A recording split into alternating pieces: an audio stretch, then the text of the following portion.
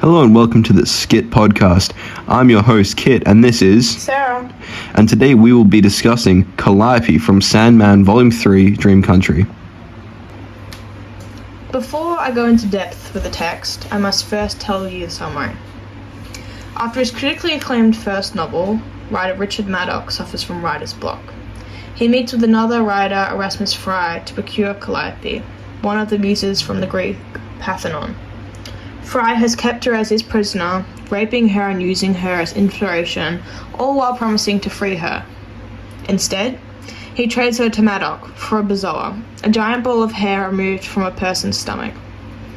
Maddox keeps her prisoner in the same fashion and enjoys great success. Calliope calls upon the three Graces, or Furies, for help. They suggest she asks her past lover Morpheus for help, but he has been likewise imprisoned. Eventually, she does call for him despite the hard feelings between them, to be expounded on later in Fables and Reflections. When Morpheus visits Calliope after his imprisonment, he chooses to punish Richard Maddox with too much inspiration, to the point of near madness. Both of these instances are the dark sides of inspiration, stolen and overwhelming. Morpheus is often referred to as a prince of stories, and he's indelibly linked to stories through the library in The Dreaming. It is fitting he enacts a punishment via too many stories to tell. It is also interesting to note if inspiration can be stolen, it is a male artist stealing from a woman in this instance. Literary history is rife with examples of husbands mining their wives for inspiration and at times being accused of outright stealing their ideas. The question of where ideas comes from gets raised, along with the idea of who they belong to. Erasmus Fry reminds Calliope when he is giving her to Maddox that writers are liars. In truth, storytellers are often thieves, or at least repackages of the same tale told over and over again. How does Richard Maddox's treatment of Calliope reflect on the larger themes of power and exploitation in the story? Richard Maddox's treatment of Calliope serves as a microcosm of larger themes of power dynamics and exploitation within the story. By imprisoning Calliope and subjecting her to sexual abuse in exchange for creative inspiration, Maddox wields his authority as an established writer to exploit and dehumanize her. This abuse of power underscores the broader societal issues of exploitation and manipulation inherent in the creative industry, where individuals in position of influence may exploit others for their own gain. Maddox's actions highlight the darker side of artistic pursuit, where the success is often built on exploitation of others' talents and agency. In what ways does Morpheus's punishment of Richard Maddox serve as a commentary on the nature of creativity and inspiration? Morpheus's punishment of Richard Maddox serves as a compelling commentary on the nature of creativity and inspiration. By inundating Maddox with an overwhelming flood of ideas, Morpheus transforms Maddox's creative gift into a burdensome curse, revealing the double-edged sword of artistic inspiration. This punishment reflects the idea that creativity, when unchecked and unbalanced, can become a destructive force, consuming the individual and driving them to madness. Morpheus's intervention serves as a cautionary tale about the consequences of unchecked ambition and the importance of ethical considerations in the pursuit of creative endeavors. Discuss the significance of the character Calliope being based on a figure from Greek mythology. How does this mythological background add depth to her character and the story as a whole? Calliope's character being based on a figure from Greek mythology adds layers of depth and symbolism to the story. As the muse of epic poetry and eloquence, Calliope embodies the concept of artistic inspiration and creativity in its purest form. Her mythological background imbues her character with a sense of timeless significance and underscores the universal themes of creativity and artistic expression explored in the narrative. Furthermore, Calliope's status as a mythological figure adds a mythic resonance to her plight, elevating her struggle to a symbolic level that transcends the confines of the narrative. Her inclusion enriches the story by infusing it with mythic archetypes and timeless themes that resonate with audience on a profound level. I'm now going to talk about the theme of loss in Calliope. Each main character in this series of stories is affected by loss in some way. Calliope loses her freedom and the ability to govern herself when Erasmus Fry burns her scroll and thus is legally binded to her. She loses her autonomy and becomes nothing more than an eternal well of ideas. She is a thing rather than a person, and this is constantly seen throughout Calliope's story with her capturers. This mirrors Morpheus's captivity and Preludes and Nocturnes, reminding him of his powerlessness in that capacity. He can identify with Calliope and he helps her for that reason. They both understand what it is like to endure, to wait, and to then survive. They are both significantly changed by the experience. I'm now going to talk about the theme of dream versus reality in Calliope.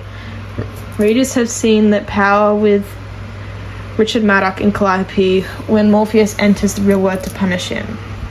Dreams have the power to harm as well as to offer change. This is constantly seen throughout the text. Hello and welcome back to the Skit podcast, hosted by Sarah Barham and Kit Hansen. Today on the third episode, we're talking about A Dream of a Thousand Cats. Now, before we get into some questions regarding A Dream of a Thousand Cats, I'm going to give a brief synopsis of the narrative. A kitten travels to see an older female cat speak to an assortment of other cats. He listens to a Siamese cat tell a story. She had kittens. Her human masters killed those kittens. She is so burdened with why they would kill her babies, she has a dream.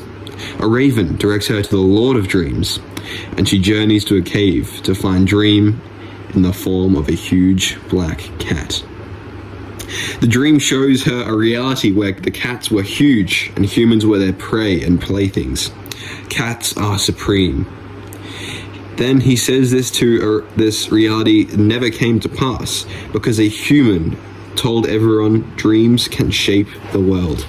Enough humans dreamed their reality into existence, so now the cat goes around urging other cats to dream of a world where they are supreme once more. The kitten returns home and dreams. Her owners comment on how she looks as if she's hunting someone or something in her dreams. The story is an examination of animal dreams. Through the power of dreams, they can fundamentally implant an idea into society until eventually it becomes fact. The story is both an intriguing fantasy and one of the oddest, possibly the most irrelevant stories of the Sandman library, and yet is perhaps one of the greatest stories to fully demonstrate the main themes of Sandman's dreams and powerful visions that greatly affect all of life. So Kit, would you be able to tell us why the meeting was at the graveyard? So the choice of the setting being a graveyard serves as a very poignant backdrop for the narrative, evoking themes of mortality, transformation, and the very liminal space between life and death.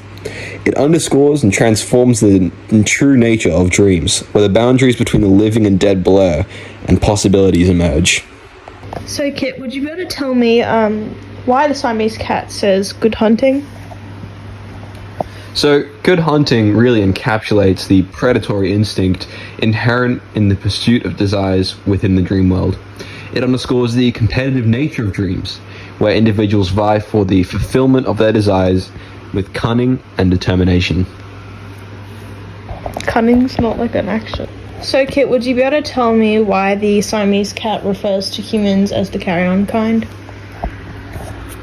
So, the Siamese cat refers to humans as the carrion kind to kind of reference the darker aspects of human nature that lurk in our subconscious minds. It serves as a reminder of the dangers of unchecked desires and the potential for darkness to emerge within the dream world. So Kit, would you be able to tell me why Dream is regarded as the king of cats? So, this sort of notion challenges the very conventional beliefs about divinity, suggesting that gods are in fact shaped by our perceptions and desires. It underscores the transformative power of dreams, where individuals hold power to shape their realities. It also very much correlates with the real-life fact that cats sleep significantly more than humans and would therefore have a lot more contact with dream in the dream world over the average human. Now that we've got that cleared up, would you be able to tell me why the Siamese cat refers to dream as an emissary on Earth? So the concept of an emissary on Earth suggests a messenger or intermediary between the dream world and reality. It underscores the connection between the subconscious mind and the waking world, where dreams hold the power to influence and shape reality. This really refers to the cat prophet, as she very much is the messenger of Morpheus's message to the rest of the world, and is also extremely an intermediary, since she is the only cat we know of to pass this test. Would you be able to tell me why the griffin, dragon, and Pegasus guard the cave? These mythical creatures symbolize the guardians of the dream world, protecting its secrets and mysteries from intruders. They evoke a sense of wonder and awe, underscoring the enigmatic nature of dreams and the subconscious mind. Are you able to tell me why Morpheus is a big black cat? The enigmatic black cat, being perceived as a god, embodies the power of dreams to shape reality according to the desires of who perceives them. The blackness of dream symbolizes his mysterious and elusive nature, and his power to create dreams and reshape reality. Thank you very much for listening to my porn podcast. Next time we'll be talking about... Are you able to tell me why human caprice is mentioned in A Dream of a Thousand Cats? The concept of human caprice speaks to the unpredictable and whimsical nature of human desires, which can change on a whim and often lead to unforeseen consequences. It underscores the complexity of the human psyche and unpredictable nature of dreams. Are you able to tell me about the theme of loss? So the theme of loss in Dream of a Thousand Cats is very deeply explored. You can see this in the Siamese cat, who lost her kittens to humans. Her loss is really the key in her search for meaning. She actually meets Morpheus, who tells her of a cat kingdom that never was, a lost cat kingdom, if you would believe. She experiences more loss at the horrible sensation of this, and the loss of her kittens really galvanize her, propelling her to seek out help and find a better path. Her goal is to find a future where kittens are never really needlessly killed, and where cats rule and humans serve. She wants to upend the status quo to bring her dream into being. She copes with her loss through action and hope. Are you able to tell me about the quote? Dream the world, not this pallid shadow of reality. Dream the world the way it truly is. So this quote comes from the cat prophet, and is really about her showing what she believes should be true. So she believes that cats should not dream about the world they currently live in, but instead dream about an idealized reality where they are in control, in contrast to the position they are currently in. Can you tell me about the quote from the prophet, "I was like many of you, in the thrall of human beings"? So this quote is really to serve as almost a story of how far the cat prophet has come from the plaything of humans. So this also serves to humanize the cat prophet and help other people see her as a legitimate prophet. Are you able to tell me about the quote from the prophet, "I fooled myself"? So this is really talking about how the cat prophet sees her past life. She sees herself as, fooling herself into believing that humans are what's best for her, and it really shows her hatred towards humans overall. Are you able to tell me about the quote from the brown cat, "Hurry, hurry"? So this is really just because the brown cat really wants to see the cat profit, which shows that her message is really spreading around and that cats are actually starting to care about her. Are you able to tell me about the quote from the kitten? I don't know how I can get out. So this really shows that the kitten wants freedom. They want to escape the world they live in, but they just don't have the knowledge, the tools, the resources, or really anything on how to actually accomplish this. Are you able to tell me about the theme, dream versus reality, in A Dream of a Thousand Cats? So the most obvious tale that falls under this theme is thematically Dream of a Thousand Cats. The dreamer cat seeks out the Morpheus cat for answers. He responds with a tale of a world where cats are in charge. His answer speaks to the power of dreams, of myth, to shape the world the way it is. The human dreamed the world into being, and that is the way it is now, but cats can do the same.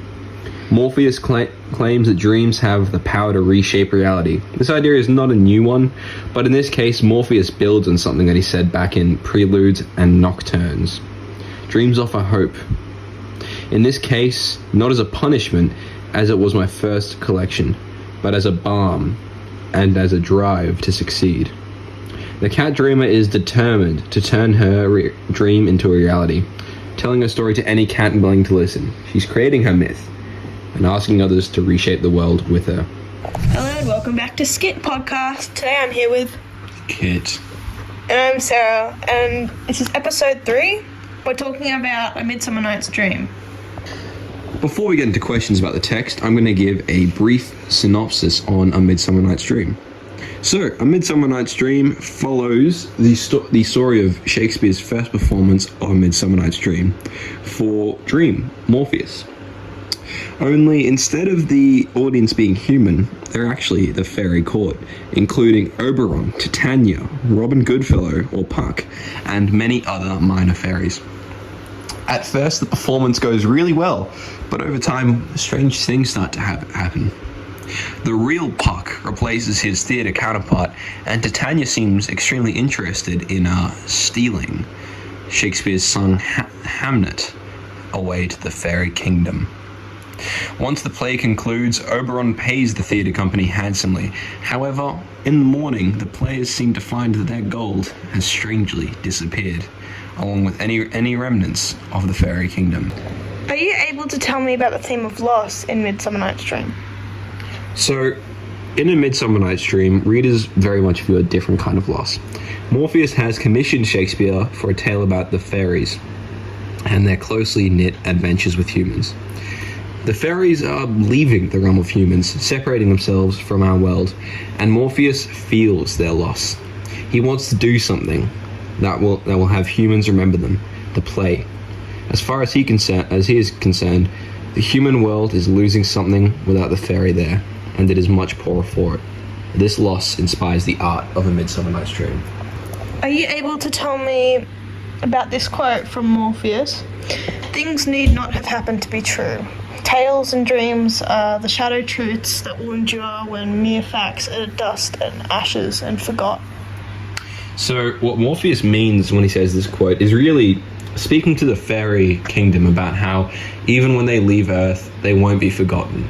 They will live on through the stories, the tales, and the shadow truths that will endure long after they leave. And this is ultimately the purpose of A Midsummer Night's Dream, to help humans remember the awe and power of the fairies. Are you able to tell me about the mythology in A Midsummer Night's Dream? So, the main mythology in A Midsummer Night's Dream focuses on the character of Oberon and Titania. So, Oberon is the king of fairies in medieval and Renaissance literature. The first appearance of the name Oberon occurs in 13th century French poems, in particular, Les Procès et Frites du Noble Juan de Bordeaux. The most famous version of Oberon is as the fairy king from British playwright William Shakespeare in his play A Midsummer Night's Dream. In the play, Oberon and Titania, his queen, fight over the position of an Indian child. In Sandman, Oberon is the lord of fairy. husband to Titania, who appears with her in the dream country to observe Shakespeare's first performance of the play. Titania is the Queen of Fairies, though she did not receive this name until Shakespeare's A Midsummer Night's Dream. In the play, she and Oberon fight over the possession of the Indian child. In The Sandman, Titania is the Queen of Fairies, wife to Oberon, and she may have had an affair with Morpheus. She appears with Oberon in the dream country to observe Shakespeare's first performance of the play their characters star in. She also seems to have a very vivid fascination with Hamnet, who could be an allegory to the Indian boy talked about in the play. Can you talk more about the literature in A Midsummer Night's Dream? So, Neil Gaiman incorporates Shakespeare's A Midsummer Night's Dream in this volume. It is a comedy that details the events surrounding the upcoming marriage of Theseus to Hippolyta, and the king and queen of fairies in a fight over an Indian boy, and 4 Athenians chasing each other through the woods, while 6 amateur actors release a play. Through a series of tricks and mistakes, the young lovers are coupled off, the Indian boy belongs to the fairy king, and the king and queen are reunited. Gaiman makes Shakespeare a character in The Sandman, who has made a deal with Morpheus for inspiration at the cost of 2 plays, A Midsummer Night's Dream being the first of these 2 plays, and Morpheus is owed a performance for this. For the performance, the very creatures who are talked about in the play arrive, and this performance allows Puck to remain in the human world to cause trouble for Morpheus later in the series. Readers see the power of dreams again in Shakespeare's play. Puck says, "It never happened, yet it is still true. What magic art is this?" Dreams hold a special kind of truth, a visceral understanding that even if they never occurred in the real world, they can still affect.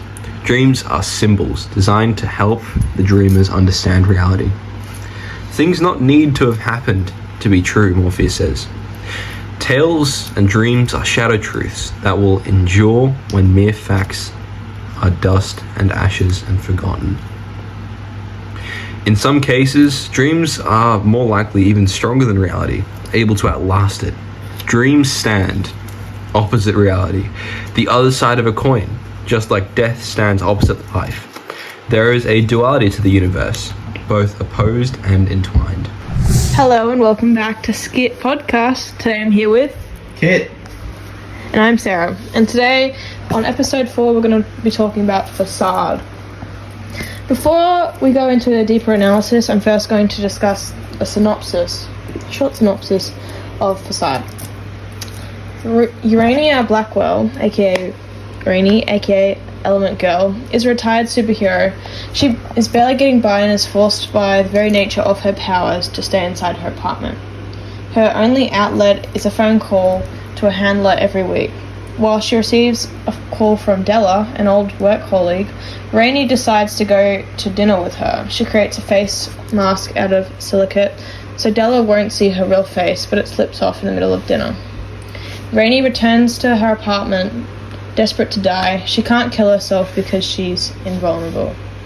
Death hears her crying and checks on her, only to have Rainy assume Death is there to grant her wish. However, Death is only in the neighborhood collecting someone else's soul. Death tells Rainy to talk to the god that created her and tell him what she wants. Rainy asks the sun, aka Ra, for release. He grants it and Rainy crumbles to ash. Death's story, following a forgotten superhero, Element Girl, who agonizes begging for death. The story of Facade is an odd accomplishment of Gaiman's, just as Gaiman impressively created a personification of death that was cheerful and jocular. He crafts a story in which a character's death is a happy ending. The story is eerily tragic, yet at the same time strangely comforting.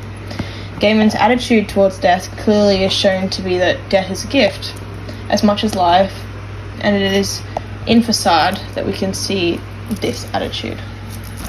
Now I'm going to discuss one of the main characters, Death. Death appears as a goth girl. Her anchor around her neck. She is the most compassionate of all of the endlesses. She is the most tied to humans whose souls she collects and shepherds to whatever comes next. Death spends one day every 100 years as a human to better understand the lives she takes. Death is closest to Morpheus of all of the siblings, and one of the few people he listens to and whose good opinion matters to him. While she takes her responsibility as seriously as her brother, her personality is much more flexible and comforting. I'm now going to talk about the theme of loss.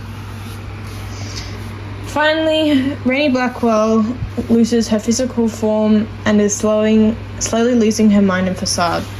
She's at the end of her rope, without a job, friends, or a life outside of her apartment.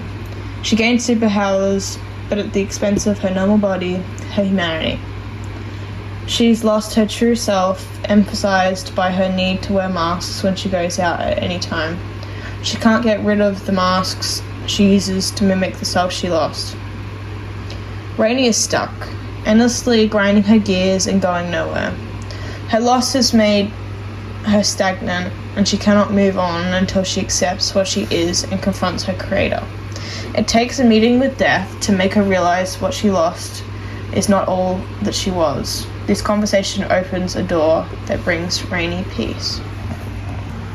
Can you tell me about the quote, "You people always hold on to old identities, old faces and masks, long after they've served their purpose. But you've got to learn how to throw things away eventually." This quote is from Death. Here, Death is addressing the tendency of individuals to cling to outdated identities, personas, or roles, even when they no longer serve a purpose or bring fulfillment.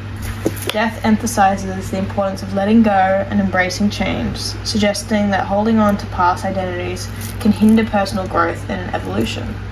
This quote reflects a broader theme in Sandman series about the fluidity of identity and the transformative power of letting go of the past. For some folks, death is a release, and for others, death is an abomination, a terrible thing. But in the end, I'm here for all of them. This quote is from Death. Can you tell me more about this quote? In this quote, Death acknowledges the diverse attitudes and perceptions people have towards death. While some may view death as a form of liberation or release from suffering, others may see it as a terrifying and tragic event. Regardless of individual beliefs or feelings about death, death personifies the impartial and universal nature of mortality. Death serves as a comforting presence, offering solace and acceptance to all individuals regardless of their perspectives on the nature of death. This quote encapsulates the compassionate and empathetic portrayal of death in the Sandman series, highlighting death's role as a compassionate guide and companion to all living beings. Hello, and welcome back to the Skit podcast with your hosts, Sarah and Kit. Today, on episode 5, we're going to be discussing all things about Sandman, Dream Country. Today, I'm going to go further into dreams' psychological realms.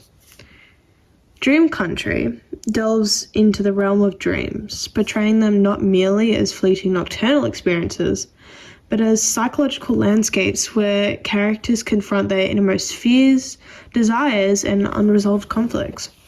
Each dream serves as a gateway to the subconscious mind, offering a surreal journey through the complexities of not only human consciousness, but animals as well, as seen in A Dream of a Thousand Cats. Through vivid and surreal imagery, Neil Gaiman invites readers to explore the blurred boundaries between reality and imagination, challenging them to contemplate the deeper meanings hidden within their own dreams. By weaving together narratives that traverse the vast expanse of the dream world, Gaiman invites readers on a transformative odyssey of self-discovery, where the subconscious mind becomes a labyrinth of symbolic motifs and archetypal themes waiting to be unraveled. Animal symbolism. Throughout Dream Country, animals emerge as powerful symbols imbued with rich mythological significance, each representing an archetypal trait and thematic motifs.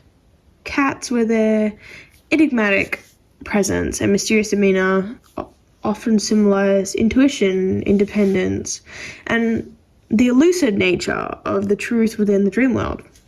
Often depicted as enigmatic guides or guardians, cats navigate the labyrinth landscape of dreams, offering cryptic insights and guiding the characters on their transformative journey. Similarly, ravens embody wisdom, transformation, and the liminal space between the living and the dead, serving as messengers who bridge the gap between the conscious and unconscious realms. Through their symbolic roles, animals infuse dream country with layers of meaning and depth, inviting readers to delve deeper into the mysteries of the subconscious mind and unravel the symbolic tapestry woven throughout the narrative. I'll now be discussing motifs in Sandman Dream Country. Metamorphosis and transformation. Throughout Dream Country, characters experience profound metamorphoses, both figuratively and metaphorically. These recurring motifs symbolize the journey of personal growth, self-discovery, and the transformation influence of dreams on shaping one's identity and fate. In A Dream of a Thousand Cats, the narrative explores the transformative power of collective dreaming, suggesting that by envisioning a world where cats reign supreme, individuals can effectuate tangible change into a reality. Similarly, in Calliope, the captive muse undergoes a metamorphosis from a silenced victim to a liberated figure, reclaiming her agency and inspiring others to break free from their shackles. These transformation underscores the theme of empowerment through self-realization, highlighting the potential for dreams to catalyze profound shifts in consciousness and perception. Mythology and folklore as narrative devices in the Dream Country. Gaiman skillfully employs elements of mythology, folklore, and fairy tale as narrative tools to delve into the universal themes and archetypal motifs in Dream Country. Drawing from diverse cultural traditions, Gaiman constructs a mythopoetic universe that transcends temporal and cultural boundaries, offering readers a rich tapestry of symbolic imagery and allegorical significance. For instance, in Calliope, the character's mythological origins as a muse from Greek mythology imbue the narrative with layers of depth and complexity, infusing the story with themes of artistic inspiration, creativity, and the plight of the artist.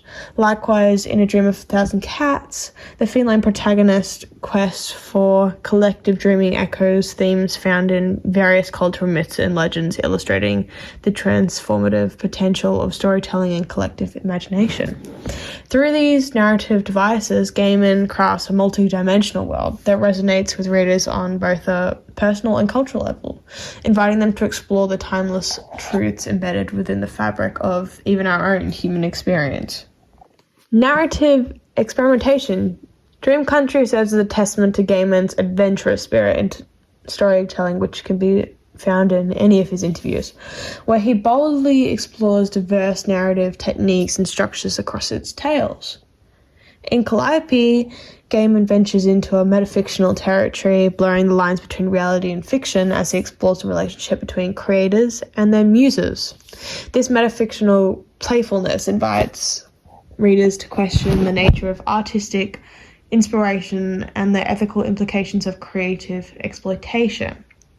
Conversely, A Dream of a Thousand Cats embraces dreamlike surrealism, creating a tapestry, if you will, of allegory and symbolism, as it really goes into depth about the collective unconscious and the power of shared dreams to reshape reality. By challenging conventional narrative conventions in each tale, Gaiman allows the reader to join in on a journey of intellectual and emotional discovery, prompting them to actively engage with the text and unravel its significance. Now let's dive into the characters. Morpheus is the central figure and personification of dream.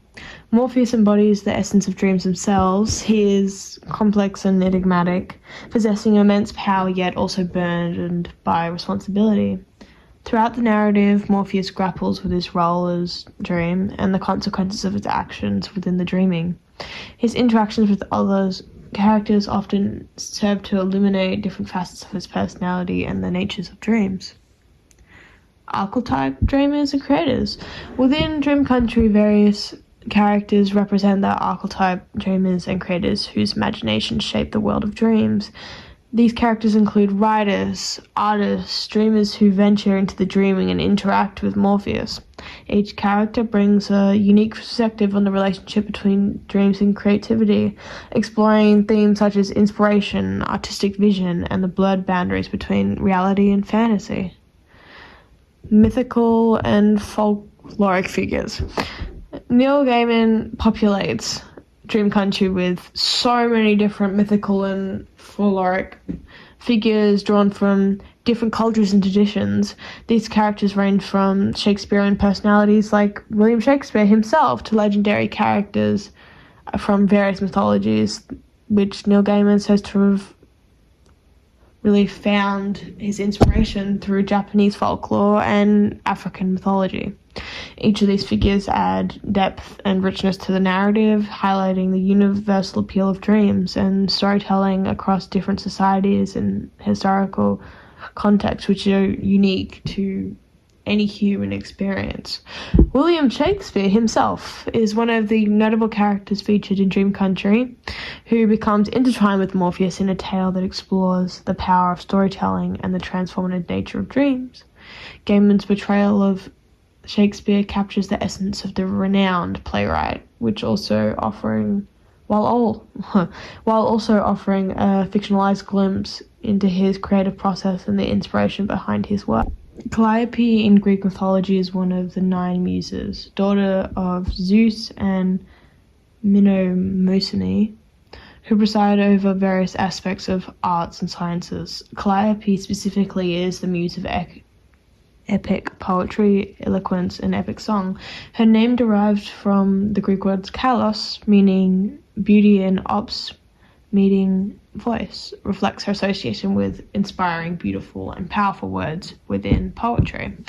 In classical depictions, Calliope is often portrayed with a writing tablet or scroll, symbolizing her role as a patroness of epic poetry and literature. She is sometimes depicted holding a lyre or trumpet, representing the instruments used to accompany these recitations.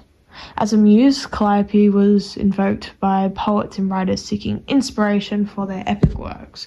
Her presence was believed to bestow the gift of eloquence and mastery over language, empowering poets to create timeless literary pieces. However, in Neil Gaiman's Dream Country, Calliope's character retains her mythological background as a muse of epic poetry. However, Gaiman adds a contemporary twist by portraying Calliope as a captive muse, imprisoned and exploited by the human writer Richard Maddock.